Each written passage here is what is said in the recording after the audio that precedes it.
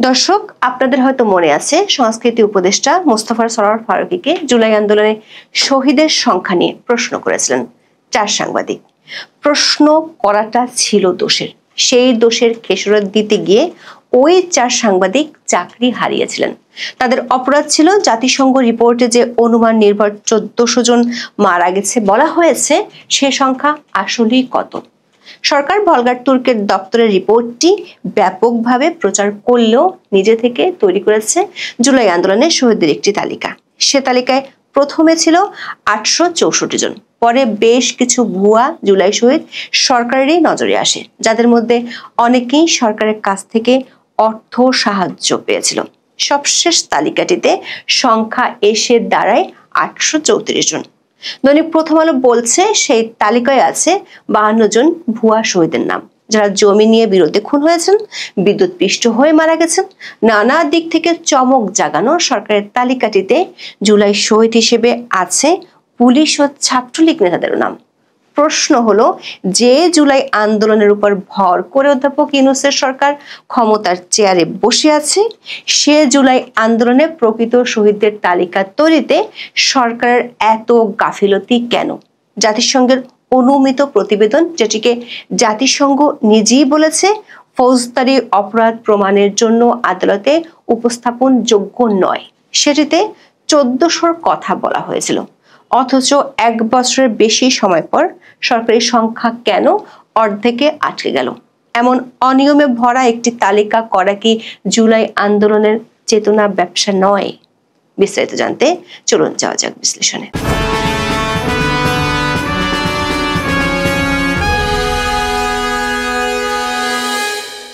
শান্তিতে নোবেল বিজয়ী অধ্যাপক ইউনূস দায়িত্ব নিয়েছিলেন জুলাই আন্দোলনের উপর ভর করে। যদিও বিরোধী পক্ষের অভিযোগ আন্দোলনটি ছিল মেটিকুলাস ডিজাইনে করা, মানে ষড়যন্ত্রের অংশ।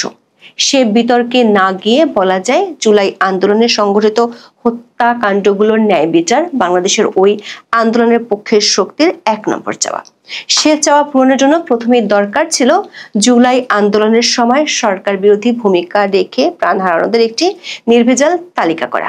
ডক্টর মোহাম্মদ ইউনূসের শুরুর দিকের কথাগুলো যদি আপনি স্মরণ করেন, তাহলে দেখবেন এটিকে যে তার সরকার সর্বোচ্চ অগ্রাধিকার দেবে সে কথা তিনি বলেছিলেন। তার বন্ধু ভলগার তুর্কের মাধ্যমে দেশে নিয়ে আসা হয় জাতিসংঘের ফ্যাক্ট ফাইন্ডিং মিশনকেও।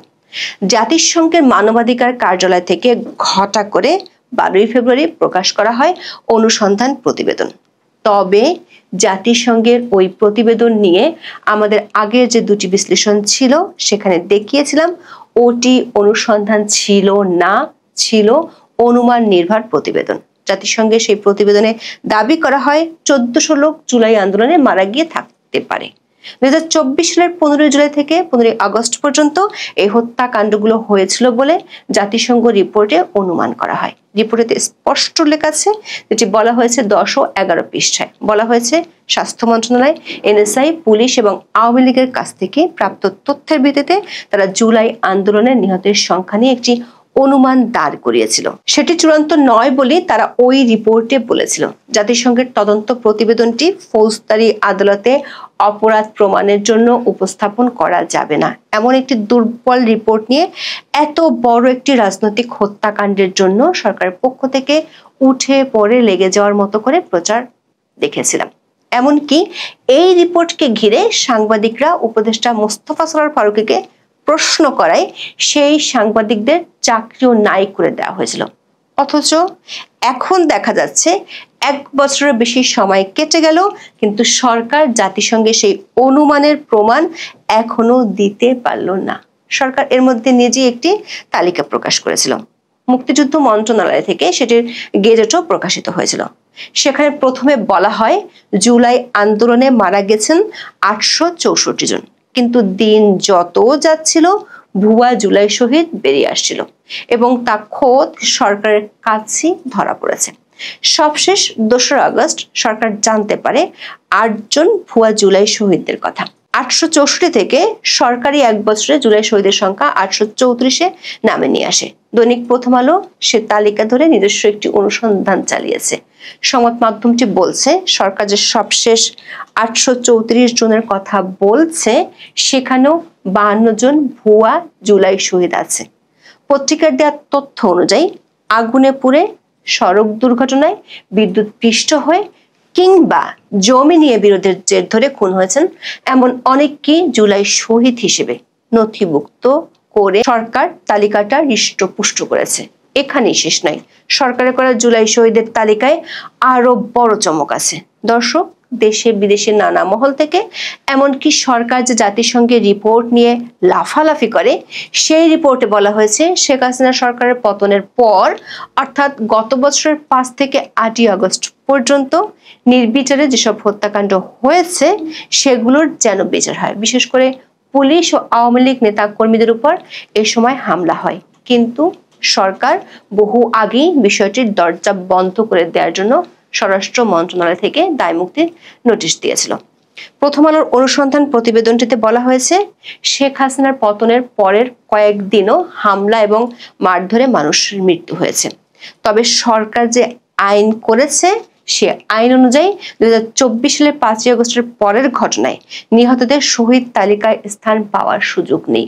কিন্তু বিশ্লেষণে দেখা গেছে শহীদদের তালিকায় 5টি নাম রয়েছে যাদের মৃত্যু হয়েছে 5 আগস্টের পর। যেমন এর একটি ওয়ারির জমি জমার দ্বন্দ্বে খুনের শিকার আলামিনের।